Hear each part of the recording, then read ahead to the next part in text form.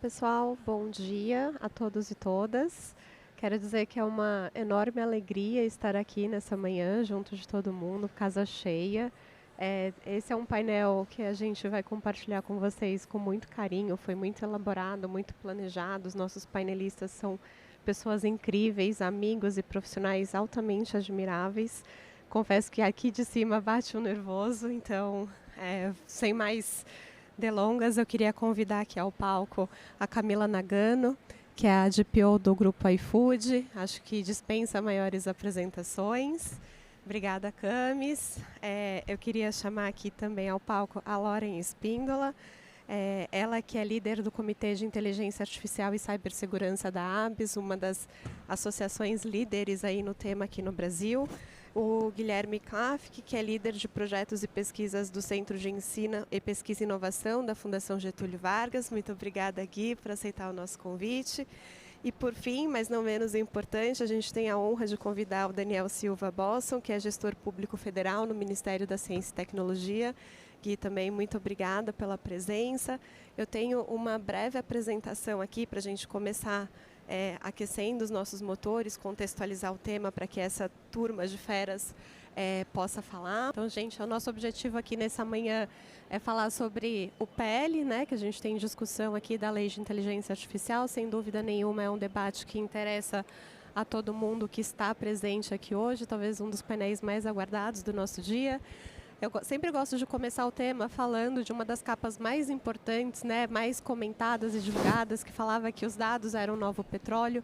Agora a gente vive uma revolução, uma transformação digital, onde os dados são o novo petróleo, porém a inteligência artificial ela é a nova energia.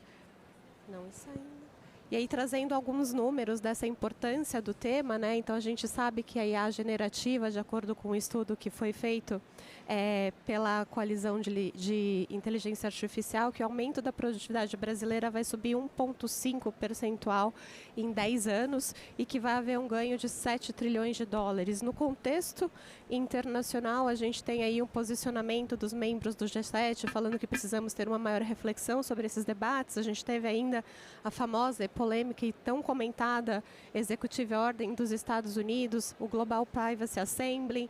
A gente tem 2,4 bilhões investidos em IA no Brasil até 2020, o que demonstra a importância do nosso tema, 13 trilhões de dólares a serem gerados em decorrência dessa inteligência artificial. E, paralelo a isso, a gente tem questões como governança ética, as boas práticas, estratégia brasileira de inteligência artificial. A gente tem aqui o prazer de ter no palco alguém que pode apresentar isso com mais detalhes, um pouquinho do nosso panorama. E aqui, claro, os nossos painelistas que são o destaque. Então, eu vou sentar aqui com eles e vou começar perguntando aqui, né, quais são os impactos de uma futura regulamentação de IA. Então, Camis, se você puder começar. Claro. Me escuta? Não? Sim? Oi, gente, bom dia. Eu sou a Camila, de PO do iFood. Obrigada pelo convite, Samantha, e ao pessoal da organização, meus caros aqui, colegas de painel. Bom, eu queria começar dizendo que esse tema ele não é fácil e não tem uma resposta fácil. Então, a gente estava há pouco tempo discutindo um pouco sobre isso e, assim, como iFood, o iFood hoje, ele tem mais de 130 modelos de inteligência artificial rodando. É uma empresa que investe muito em tecnologia, investe muito em inteligência artificial e é uma empresa brasileira. Então, a gente está adaptado à cultura brasileira e está criando esses modelos aqui dentro de casa. Uma das questões mais difíceis, assim, que eu diria, quando a gente olha para uma regulação, é como a gente vai equilibrar a proteção dos direitos individuais com a promoção da inovação tecnológica. Então, essa é uma discussão que, de fato, acho que a gente vai ter muito para discutir nesse painel. Queria abrir a minha fala, né, contando um pouquinho de como que a gente tem que pensar nisso de uma forma equilibrada e olhando para o discurso, né, incluindo academia, incluindo empresas e também incluindo profissionais de tecnologia. Porque só assim a gente vai conseguir, de fato, entender o que é aplicável, como que a gente consegue chegar lá de forma não apenas, digamos assim, teórica, mas também prática, mas também na própria tecnologia, na própria IA. Então, é isso. Passo a palavra aqui para os meus colegas. Obrigada, Camila. Prazer a todos. Prazer estar aqui. Obrigada pelo convite. Eu estou ouvindo retorno, mas está tudo bem? Tá. Bom, a pergunta é difícil, né? Na verdade, a minha resposta do sonho seria: o impacto é super positivo, porque a regulação é a melhor para a gente, mas a discussão que a gente está tendo aqui no Brasil hoje não é, porque justamente não traz o equilíbrio que a Camila comentou, que é essencial, né? A gente entende que a legitimidade dos nossos legisladores, ao se pensar numa proposta de regulação, é proteger o cidadão, que é super legítimo. Mas eles estão fazendo isso em detrimento da inovação, né? Colocando as empresas como os vilões da história aqui e não pensando num ambiente propício à inovação, à atração de investimentos ou até num ambiente favorável, né? E um ambiente seguro juridicamente. Então, a gente tem muitos desafios aqui. A resposta que eu queria dar era que o impacto fosse o melhor possível. A gente está trabalhando bastante para conseguir mudar esse jogo, para fazer com que realmente seja. Mas é isso, a gente precisa da melhor regulação, uma regulação flexível, adaptável, né, que consiga acompanhar uma tecnologia que muda constantemente a cada semana. Bom, meu nome é Guilherme, né? Como a Samantha falou, eu sou pesquisador de um centro de pesquisa da FGV e também professor lá. E nessa posição a gente ocupa 2 papéis, né? Primeiro, o papel de quem pesquisa o tema, e segundo, um papel de quem pensa em aplicar esse tema numa instituição de ensino. E aí faz 50 anos, pelo menos, que se discute o uso de inteligência artificial na educação. E é curioso notar que há 3 anos atrás, quando a gente falava de automação e uso de robôs, a gente pensava, não, professor é uma profissão que está segura, sempre vai precisar ter professor. E aí hoje a gente já discute tutores inteligentes em cursos online. Aí você fala, putz, aquela profissão que eu achei que era mais segura, de repente agora eu tenho um bot que está falando melhor do que eu o conteúdo. E respondendo questão de prova também, porque os bots estão sendo aprovados nos exames. Regular, então, nesse sentido, ele vem assim, eu quero regular o quê? Eu quero regular conduta, eu quero regular objetivos, eu quero regular falhas de mercado, o que eu quero regular? Eu acho que essa talvez seria, Samantha, a primeira pergunta. O que a gente quer regular? O que a gente quer dizer o que se deve ou não se deve fazer, né? Talvez essa seria uma primeira introdução aqui. Bom dia a todos, obrigado pelo convite. Meu nome é Daniel Bozon, trabalho no Ministério da Ciência, Tecnologia e Inovação. E essa questão da inteligência artificial, primeiro, eu acho que é uma tecnologia fantástica e o resultado vai depender do que a gente vai fazer com essa tecnologia. Obviamente que o ser humano em si já comete vários problemas, né? A gente teria tecnologia para ter um excelente nível de vida da população em geral, mas a gente começa, né, produz uma série de problemas. E aí, quando a gente vai pensar em regulação da inteligência artificial, isso não está num vácuo, né? A gente está inserido numa série de contextos, e depois posso até falar um pouco da estratégia brasileira de inteligência artificial, a EBIA. Então, assim, envolve questão de educação, envolve questão de capacitação de profissionais, de segurança pública, aplicação do setor privado, aplicação do setor público. Então, assim, é um contexto complexo para a gente regular, e eu concordo com o que foi falado antes, assim, que talvez se a gente for muito nos detalhes hoje, a tecnologia vai mudar e a gente vai ter problemas. Para vocês verem, pessoal, como o debate ele é muito amplo, a gente tem visões de diversos setores, né, do nosso setor público, da academia, de quem está lidando nas associações e também a experiência prática. E falando um pouquinho dessa experiência, né, de como implementar essa tecnologia na prática. Eu vou quebrar o protocolo, vou começar pelo Daniel ali do outro lado. Quais são os desafios éticos, né, essa governança ética que você enxerga para que uma inteligência artificial possa ser bem sucedida? E se você puder, claro, compartilhar com a gente um pouco dessa estratégia brasileira de inteligência artificial EBIA, que talvez poucas pessoas saibam, mas ela é muito pioneira, inclusive muito respeitada no cenário global. Bom, a pergunta é realmente ampla, né? Mas a questão, eu vou deixar de falar da importância dos dados pessoais, vou só ressaltar que quando a gente fala, por exemplo, em ChatGPT, para a gente aqui é um negócio até meio rotineiro, mas para a maior parte da população não é. Então tem essa questão de inclusão social, tem a questão dos problemas dos vieses que já existem na população brasileira, que talvez seja até mais fácil a gente tentar reduzir os vieses que prejudicam uma série de classes, de grupos sociais aqui no Brasil com a inteligência artificial, porque é mais fácil mexer com algoritmos do que mexer com pessoas. Então, assim, eu acho que principalmente essa questão de inclusão e de criação de riqueza, né? A gente é um país pobre ainda. Então não é só uma questão ética de redução da desigualdade, mas é uma questão da gente crescer, uma questão ética da gente crescer como país, de economia, para proporcionar uma vida melhor para todos nós. Guilherme, obrigada, Dani. Guilherme tem um trabalho excepcional da GV, talvez um dos mais estudados do mundo, fruto de muito trabalho. Então, por favor, comente com a gente aqui o que vocês pensam ou pensaram e continuam estudando sobre esses desafios éticos. Samantha, obrigado. Acho que é uma pergunta muito interessante. Eu gosto sempre de introduzir esse tema discutindo assim, será que as empresas e as organizações estão tão antiéticas que a gente tem que ficar discutindo ética o tempo todo? Se elas estão tão antiéticas assim, o que a gente está fazendo? Porque se a gente está fazendo alguma coisa desse nível, está muito errado. Então, eu gosto sempre de qualificar o debate ético e falar assim, olha, a gente tem aqui 3, 4 problemas. Primeiro, tem sim atores que são antiéticos. Ponto. Esses atores a gente quer tirar do mercado. E a regulação vai servir para isso. Você vai ter formas para impedir que ele fique no mercado. Você vai punir até penalmente. Um segundo grupo são de atores que não viram um problema ético.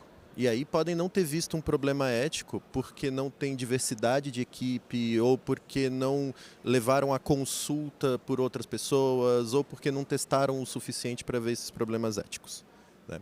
Tem um terceiro grupo de atores que vai olhar para esse problema e vai falar, aqui não tem um problema ético, você tem um problema da divergência. As pessoas podem discordar sobre o que é ético ou não é ético. E aí uma empresa pode falar, isso aqui é ético, e alguém pode chegar e falar, isso aqui não é ético. Quando você tem divergência, quem desempata?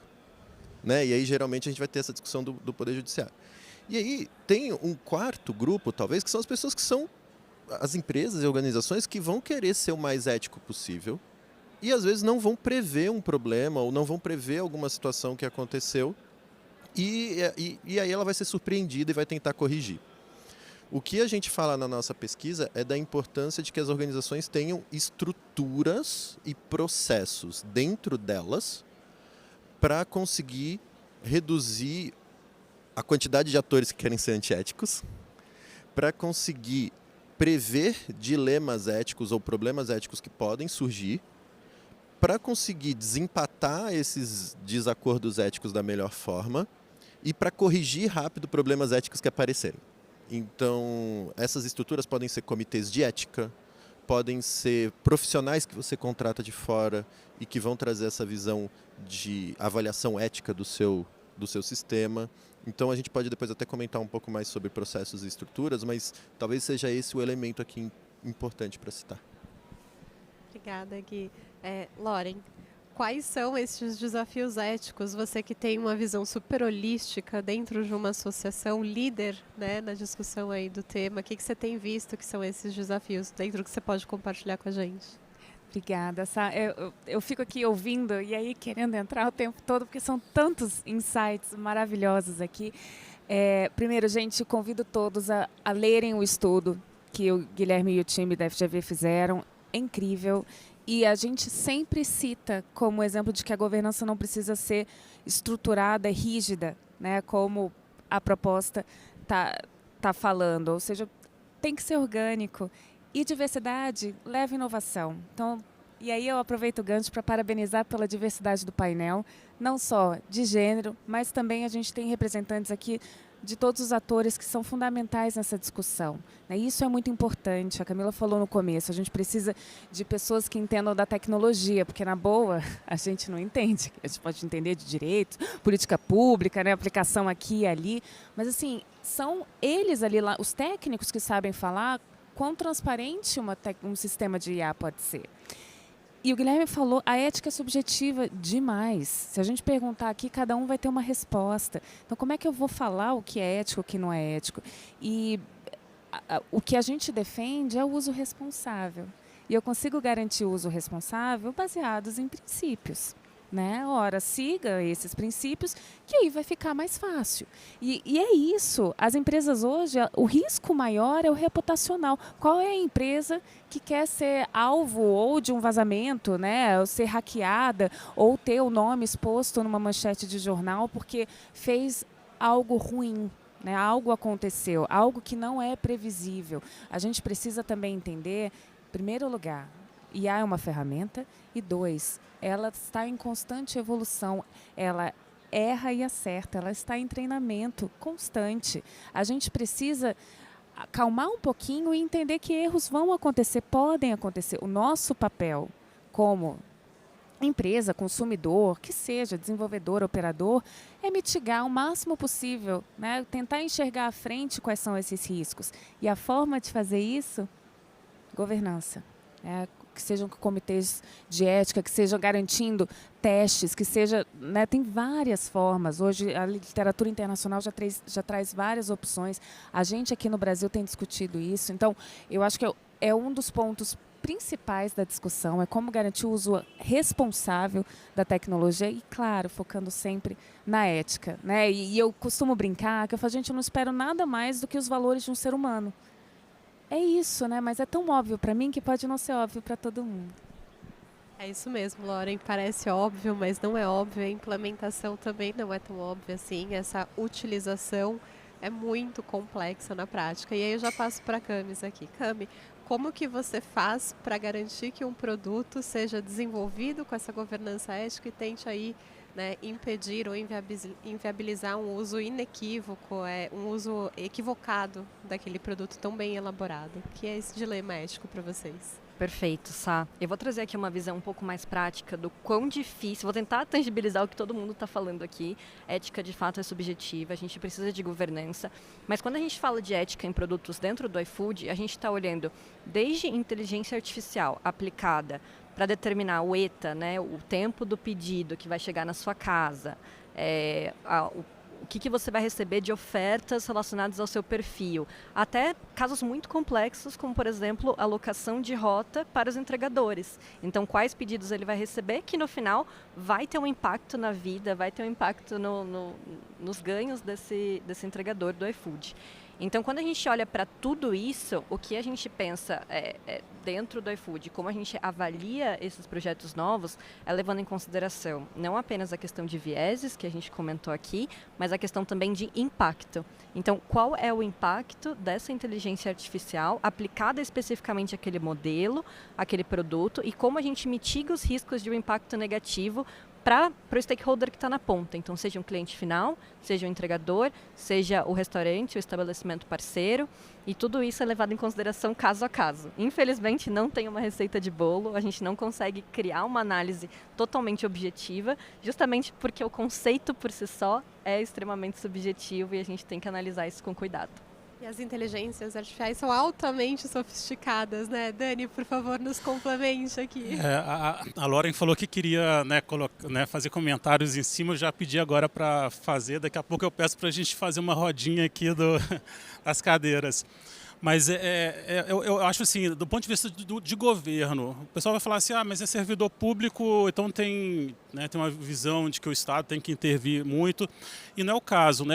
As discussões que a gente tem lá no Ministério e no Legislativo, a gente tem a dimensão política com diferentes visões, tem a visão técnica com diferentes visões, e a gente precisa discutir, formar um corpo, e aí eu acho que eu compartilho muito assim com essa preocupação em termos tanto com a questão da ética, mas também com essa questão da inovação, porque quando a gente pega o ambiente de negócio aqui do Brasil, a gente tem uma cultura de ter um ambiente de negócios ruim, tá? E a minha preocupação é que a gente não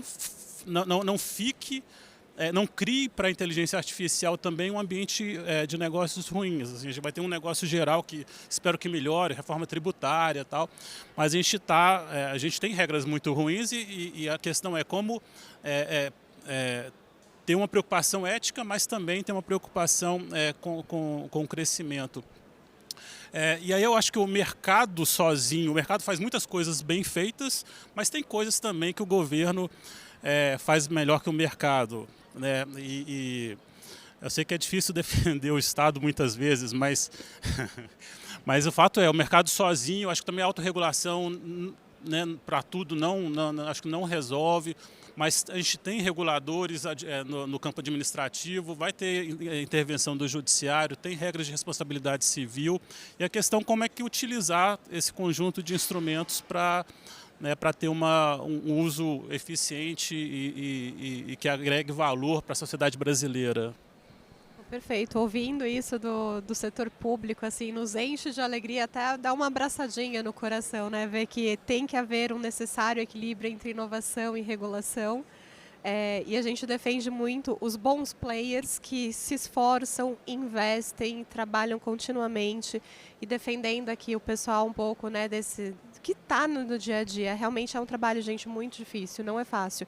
Nem para o advogado entender a tecnologia e muito menos para quem é da tecnologia entender, né, o que o advogado, o que o profissional de políticas públicas faz. Então, é muito bom. E já pegando esse gancho aqui, eu vou passar para a Camis, inverter um pouquinho a ordem novamente. Como que fica esse jogo, né, de equilíbrio entre conformidade regulatória e inovação que o Daniel estava comentando com a gente? Como vocês enxergam esse equilíbrio? Legal, Sá. Vou primeiro só, assim, resumir um pouco do que a gente está ouvindo aqui, porque mesmo sendo do setor privado, eu acho que eu falo por muitas empresas aqui, nós não somos contra uma regulação, e a regulação é boa porque traz segurança jurídica. A questão justamente é como você equilibra isso com a inovação e você não cria uma lei que acaba ficando desatualizada com uma tecnologia que vai surgir ainda esse ano, ano que vem. A gente falou tinha um pouquinho sobre a generalista, né? A gente começa a ver esses conceitos super amplos e até um pouco assustadores. Então, como a gente tem uma lei que, de fato, traga esses princípios, regule a utilização ética, a governança, de forma que não impeça a inovação. Então, acho que é só um complemento geral, porque está todo mundo na mesma página. O segundo ponto, sabe, que você me perguntou, como que a gente equilibra isso na prática, e é um termo que é conhecido pelos profissionais lá de privacidade, desde a época da GDPR, que a gente chama de Risk-Based Approach.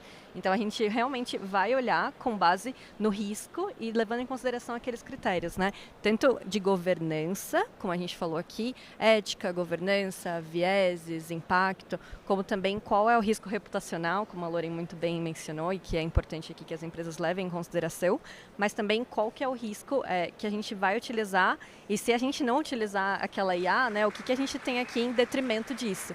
Então, será que a gente vai ter um processo mais manual? Será que a gente deixa de transformar algo que poderia ser automatizado de uma forma mais eficaz? Será que a gente simplifica processos? Será que a gente traz eficiência, praticidade, abaixa custos, inclusive para os stakeholders no final do dia? Então, a gente sempre tem que fazer esse balanço, né, desse risco dos dois lados, de utilizando ou não utilizando a tecnologia. Já estava aqui me coçando. É isso. E eu preciso reforçar porque senão entendem errado, né? Não é que sejamos contra a regulação. A gente é a favor da regulação, mas de uma regulação que faça sentido. E a gente quer participar desse processo assim como está acontecendo no mundo todo. E é importante a gente trazer isso. Porque senão parece que a gente só não quer participar e não, a gente está gritando aqui para que nos escutem, porque são casos concretos, como o do iFood, que mostram a complexidade do sistema. Eu não consigo encaixar todos os sistemas de IA numa definição só, porque cada sistema pode ter diferentes usos. E aí eu venho para o ponto fundamental, a gente não consegue regular uma tecnologia.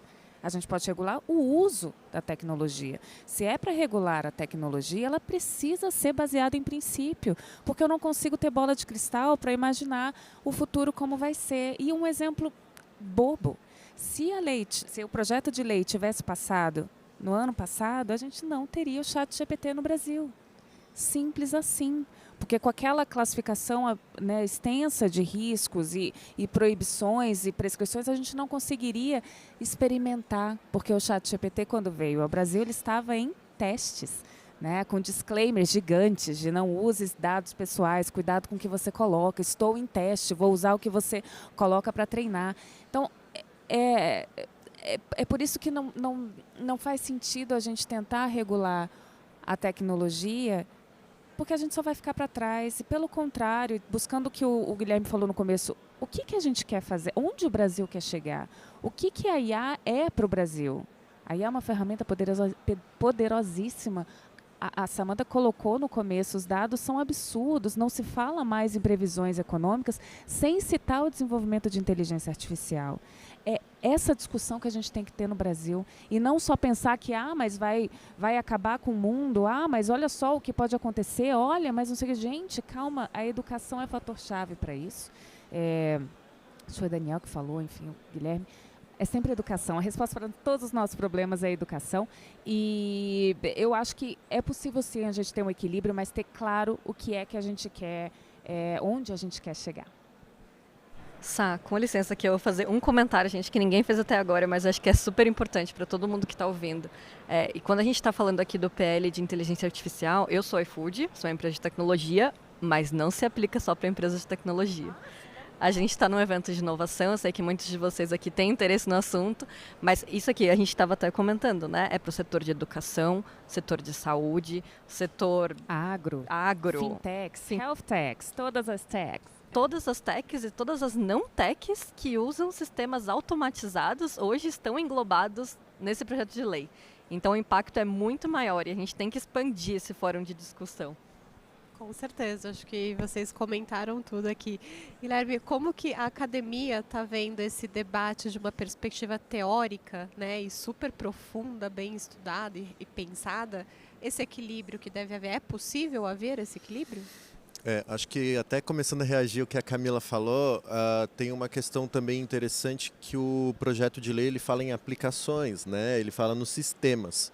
E aí é muito curioso porque sistema é uma coisa, agora a organização que usa o sistema é outra. Então imagina que eu sou uma organização que não usa inteligência artificial para nenhuma das minhas atividades fim. Meu modelo de negócio não se baseia em inteligência artificial. Mas se eu contratar uma inteligência artificial para fazer seleção de currículo de candidato, aí eu já preciso ir lá no fornecedor, ver se ele fez todas as coisas e tal.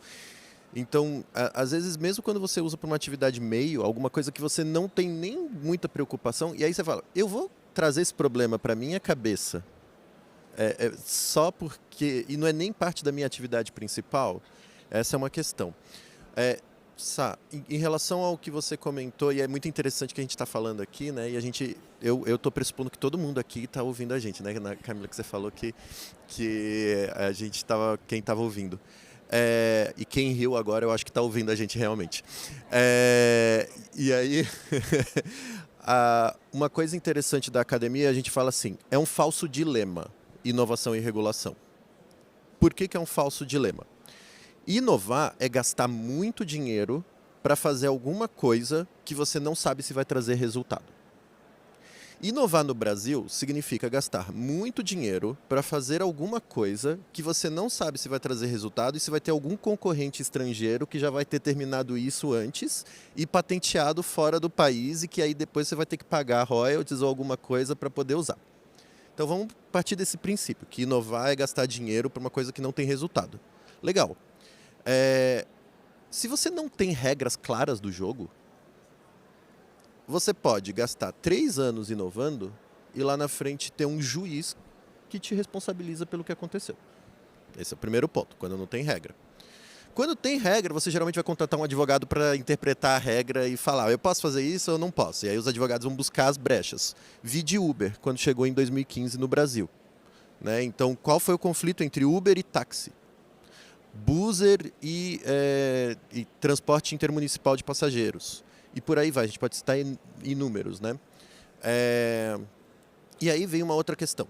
Então, regular significa estabelecer regras do jogo. Vou dar um exemplo.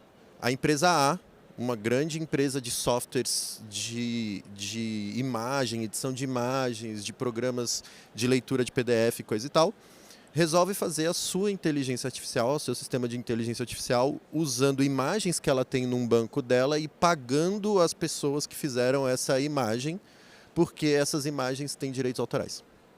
A empresa B resolve fazer um sistema de inteligência artificial varrendo a internet, pegando imagens e sem avisar ninguém e criando o seu banco de dados a partir de imagens da internet. A empresa B lança o seu produto no mercado primeiro e as imagens são boas, muito boas, porque tem muita variedade, você consegue pegar atores e autores que não estavam no outro banco e tal. É justo para a empresa A, que resolveu ser ética, resolveu pagar, Isso é justo?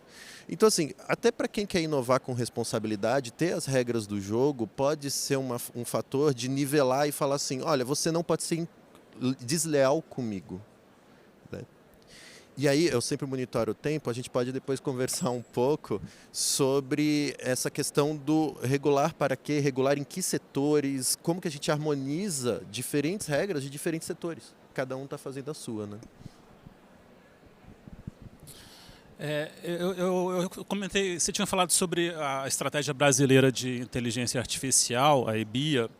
Vou só falar um pouquinho do trabalho do Ministério e tentar depois trazer essa questão da discussão ética. Então, assim, primeiro, o Ministério e as entidades vinculadas têm programas específicos para financiamento de startups, de empresas, tentar incentivar a união das duas para desenvolvimento e lançamento de produtos. Então, são coisas específicas para quem vai até o Ministério, as entidades, e busca esse apoio, porque a inovação tem um risco gigantesco, né, e realmente eu acredito que é uma das funções públicas que pode ter um retorno social. E aí tem a discussão no âmbito da EBIA, né, da estratégia brasileira. A gente poderia simplesmente deixar cada setor da sociedade agir livremente, mas a maioria vários países, né, especialmente mais desenvolvidos, tem uma estratégia que tenta ter uma visão do todo. Então, assim, a EBIA aqui no Brasil, hoje tem 9 eixos, e, por exemplo, são coisas que vão ter que ser mudadas. Por exemplo, questão de cibersegurança não estava incluído, né, e a gente, né, provavelmente vai incluir a questão da cibersegurança e fazer outras alterações. Mas então tem essa questão da discussão da lei e de códigos de ética, que seria o eixo 1. Mas essa discussão da lei, do projeto de lei, não está desvinculado dos demais. Então, a gente tem um eixo de governança, né, que vai ter um observatório de inteligência artificial para trazer dados. Tem a questão da discussão da ética entre países ou com organismos multilaterais. Tem a questão, e essas outras que eu falei também, de aplicação no setor público, setor privado, empreendedorismo, tem um eixo de empreendedorismo, segurança pública. Então, assim, essa visão do todo e que o governo, né, assim, me colocando na posição de quem está no governo, a gente acompanha de forma mais superficial. Não consigo entender tanto da parte de empresarial igual né, nossas colegas aqui. E aí entra essa questão de conversar. Então, assim, só para falar, tem programas específicos para as empresas no Ministério, assim como no setor municipal também tem programas para isso, e a EBIA é um espaço para as empresas, para a associação de empresas debaterem e trazer para o governo demandas e falar, poxa, isso aqui não funciona, né? Pode ser bonitinho na norma e tal, mas não funciona, vai dar problema, vai criar confusão no mercado. Então, assim, aí vem os outros grupos para discutir a questão de vieses, questão de dados pessoais, e uma série de interesses. Então, assim, é complexo e a gente precisa dessa discussão porque boa vontade eu tenho, assim, mas eu confesso que não consigo, não sei qual que vai ser a melhor regra, o que vai acontecer no futuro, o que seria o ideal. É dessa discussão que a gente consegue chegar em algum lugar. E esse espaço, essa abertura, né, para o diálogo, para receber, para ouvir e entender um pouquinho, ela é muito importante, né? A gente está falando aqui de esforços comuns para buscar uma responsabilidade, ou numa linguagem um pouco mais rebuscada, o famoso accountability. A gente vê isso partindo do setor público, o engajamento da academia, ali da FGV, nessa tentativa de apoiar os setores sobre quais são as premissas, os pilares que devem fundamentar essa governança para que a gente tenha um pouco mais de precisão, né, Camis e Loren, aqui na hora da gente voltar para dentro de casa e tentar incorporar esses conceitos subjetivos, abstratos, ainda em fase, né, de regulamentação, de segurança jurídica, para que a gente possa implementar. E agora, já dirigindo para o final, acho que a pergunta de 1 milhão aqui é: o que vocês enxergam, né, para o futuro? Qual que é a visão de inteligência artificial que queremos, que desejamos para o nosso país, para que a gente seja um importador dessa tecnologia? Temos um dos polos mais inovadores, vários polos aqui pelo país, né? Então, como vocês veem esse futuro da inteligência artificial e como vocês veem uma eventual cooperação brasileira, né, entre as nossas próprias autoridades internas, né, os nossos ministérios, nossos reguladores, mas também desse nosso regulador com os reguladores exteriores, né, porque a tecnologia ela é unificada. Então, começando aqui pela Camis, por favor, comente com a gente. Vou comentar 2 questões, né? Acho que a primeira é que eu sou muito otimista em relação à utilização de IA. Eu sei que tem muita gente que tem receio, vai tirar empregos e aquele cenário de caos, Skynet, tem esse receio de fato, mas eu sou do lado otimista de que IA realmente vai mudar o mundo e é o próximo salto tecnológico, como a gente viu com smartphones, né? E que isso mudou toda a lógica e tudo que a gente faz no nosso dia a dia. Acho que essa semana, não sei quantos de vocês viram a música nova dos Beatles. Então, teve uma música nova dos Beatles, isso foi possível com inteligência artificial. A gente tem uma cena, né, de arte, educação. Gente, a IA pode ser utilizada para curas de doenças que a gente, como seres humanos, não conseguimos ainda descobrir. Então, é algo que me brilha os olhos e que, de fato, eu vejo como algo muito positivo para o nosso futuro. Agora, olhando para a regulação, olhando mais aqui para o nosso lado, para o contexto do nosso painel, como que eu vejo? Acho que tem uma questão aqui que a gente não chegou a comentar sobre panorama internacional, mas a China se posiciona como uma das grandes potências, né, que quer estar à frente, quer ser líder em IA até 2030. Então é algo que eu vejo assim como, de fato, um caminho muito provável e que a IA, no final do dia, não apenas olhando para a China, mas Estados Unidos, Europa, internacionalmente, a IA ela tem que ter interoperabilidade. Exato, obrigada, gente. Ela tem que ser operável de forma internacional, porque afinal é uma tecnologia que ela vai ser globalizada e ela vai ser utilizada por diversos países e a regulação ela tem que conversar. Então, a gente tem que trabalhar para que a nossa regulação também não fique deslocada das regulações dos outros países. Acho que é algo super importante e o que eu acredito no futuro é muito por esse lado, Sá. Obrigada, Camis. Loren? É isso. É fundamental a gente olhar o que está acontecendo lá fora, até porque a tecnologia, o digital não tem fronteiras, né? A gente quer poder usar a tecnologia que é desenvolvida lá fora e a gente quer desenvolver tecnologia aqui que usem lá fora. É isso que a gente precisa, né? E a interoperabilidade, não só em sistemas, né, e aí, técnico, mas também nas leis, nos regulamentos é fundamental e é isso que está acontecendo. Então, fóruns internacionais como o ONU, Fórum Econômico Mundial, G20, OCDE, todos estão tendo essa discussão, G7, né, com o projeto Hiroshima. Isso está acontecendo. Acelerar um processo aqui talvez não seja o mais benéfico para o Brasil. E é importante lembrar que a gente não tem um vazio legislativo aqui. A gente tem todas as nossas zilhões de normas que funcionam e nos dão segurança. Então, se alguém se sentir afetado por um sistema de inteligência artificial, tem uma solução, né? Tem um caminho para se percorrer. Então, não há necessidade de uma pressa regulatória. Acho que o que a gente precisa fazer, e o exemplo da China é interessantíssimo, porque além do regulatório, e tirando a parte de política, ok? É um investimento em desenvolvimento, em pesquisa e desenvolvimento. É isso que a gente precisa. A gente não tem investimento em pesquisa e desenvolvimento no Brasil. Tem, mas precisa melhorar. Para a gente querer discutir uma tecnologia, a gente precisa investir no desenvolvimento dela aqui. E, de novo, educação. Camila falou, a IA já está aqui. Gente, a gente usa a IA o tempo todo. A gente usa o tempo todo. Nosso e-mail sugere como é que a gente quer terminar a frase, na busca, enfim, na televisão, no rádio, tudo, o tempo todo, elevador. tudo usa inteligência artificial num nível ou no outro. A gente precisa se adaptar, a gente precisa ir atrás, a gente precisa estudar, a gente precisa reciclar, porque vão sim acabar um monte de empregos, mas vão surgir novos. E essa oportunidade é maravilhosa, eu sou otimista também. Eu acho que vem um mundo incrível por aí. A gente vai ganhar no que a gente tem como humano, criatividade, na inteligência emocional, o toque, o olhar, o sorriso, isso é nosso. Vamos deixar a ferramenta automatizar o que ela pode, porque aí a gente ganha tempo para ficar com os nossos filhos, para curtir esse céu. Acho que a gente precisa ter um olhar otimista e ver que a ferramenta da inteligência artificial tem o poder de mudar a economia, de mudar as vidas, e a gente precisa garantir que ela tenha esse solo fértil para fluir ainda mais.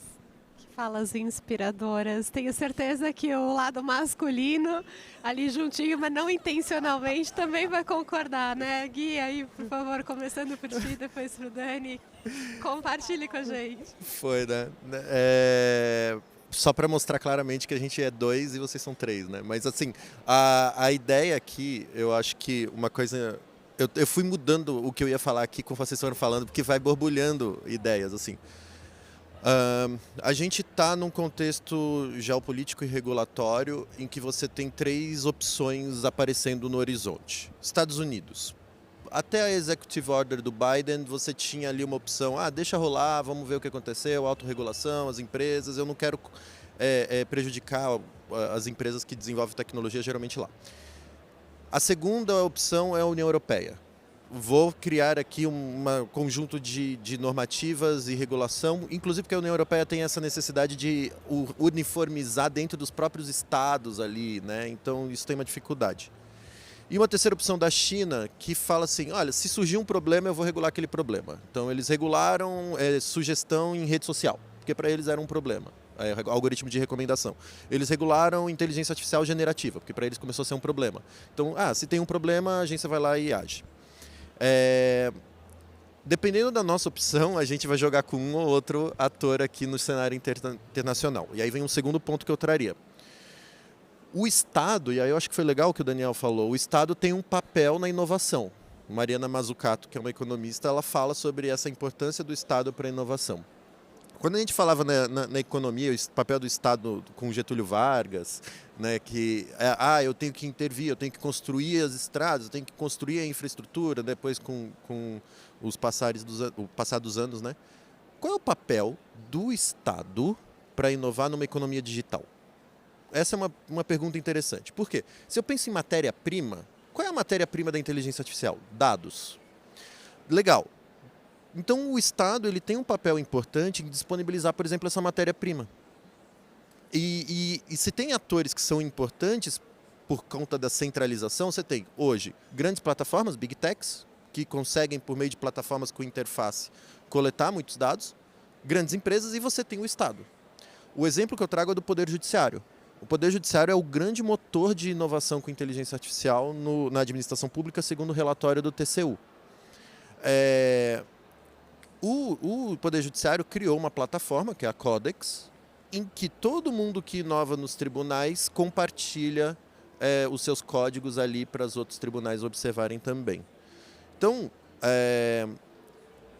você tenta criar um banco nacional de dados via CNJ, que é o Conselho Nacional de Justiça. Então, será que o Estado não teria um papel aqui de centralizar dados, disponibilizar dados? Aqui no município de São Paulo teve uma iniciativa muito interessante que foi abrir dados de transporte público para que startups pudessem utilizar esses dados em seus aplicativos. E era o Estado usando dados que ele tem, que são os dados de transporte público, de ônibus principalmente, disponibilizando para as empresas inovarem em cima disso. Então talvez o Estado brasileiro tenha um papel importante, até porque se os dados são matéria-prima, eu não quero que o Brasil continue sendo o país que exporta matéria-prima bruta para outros usarem. Eu não quero que o Brasil continue sendo o país que exporta dados para que empresas estrangeiras usem esses dados, criem sistemas, agreguem valor a sistemas e vendam sistemas para o brasileiro que deu todos os dados para isso acontecer, né? Então, acho que talvez a gente pudesse ter um papel estatal muito importante nisso. O Ministério da Gestão e Inovação tem programa é super legal, o gov.br é super... funciona muito bem, está melhorando muito, a questão de dados abertos. Bom, eu sou otimista em relação ao futuro, eu quero ser, mas assim, vai depender muito realmente de como é que a gente vai regular. Eu concordo que não faz sentido, até de uma questão lógica, o Brasil não é um país líder assim, da população utilizar a inteligência artificial e a gente não é líder na produção de inteligência artificial, então a gente ser um dos primeiros a regular assim, não tem lógica nisso. Então eu concordo que a gente deveria ir com calma. Tem problemas, a gente tem possibilidades de fazer talvez até normas mais pontuais, ou uma regulação mais principiológica, ou uma regulação que dê poder para os reguladores setoriais continuar regulando. A gente fala muito do modelo de regulação da AI Act da Europa, como que eles estão regulando, mas, como vocês falaram, tem outros modelos, não só Estados Unidos, China, mas tem Singapura, tem a Inglaterra, tem outros modelos super interessantes também. Então, assim, eu acho que a Europa aparece mais porque é muito mais detalhado e ela quer jogar esse modelo para os demais, mas ninguém tem certeza e eu tenho minhas dúvidas se... Tem muitas críticas também em relação ao modelo europeu.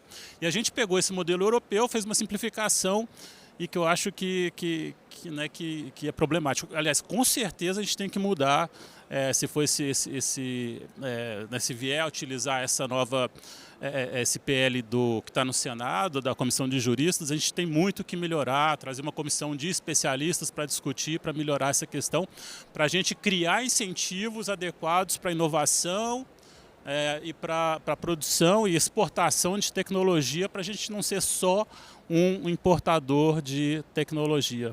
Mas eu tenho esperança de que na média a gente vai melhorar, assim, vai criar mais riqueza e espero que a gente também consiga reduzir a desigualdade, mas lembrando, a gente está longe da fronteira da possibilidade que a tecnologia nos dá de ter um padrão de vida mais adequado.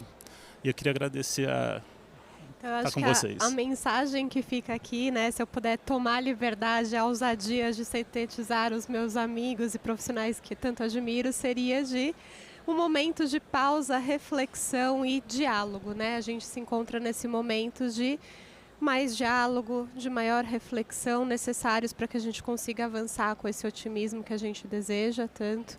Acho que essa iniciativa aqui que a gente tem no MID, liderada pelo Comitê de Privacidade e Proteção de Dados, é de super sucesso, de levar e encabeçar uma discussão tão importante, tão necessária, tentando juntar pessoas de diversos setores para ouvir diversos setores. Desejamos uma regulamentação, mas uma regulamentação democrática.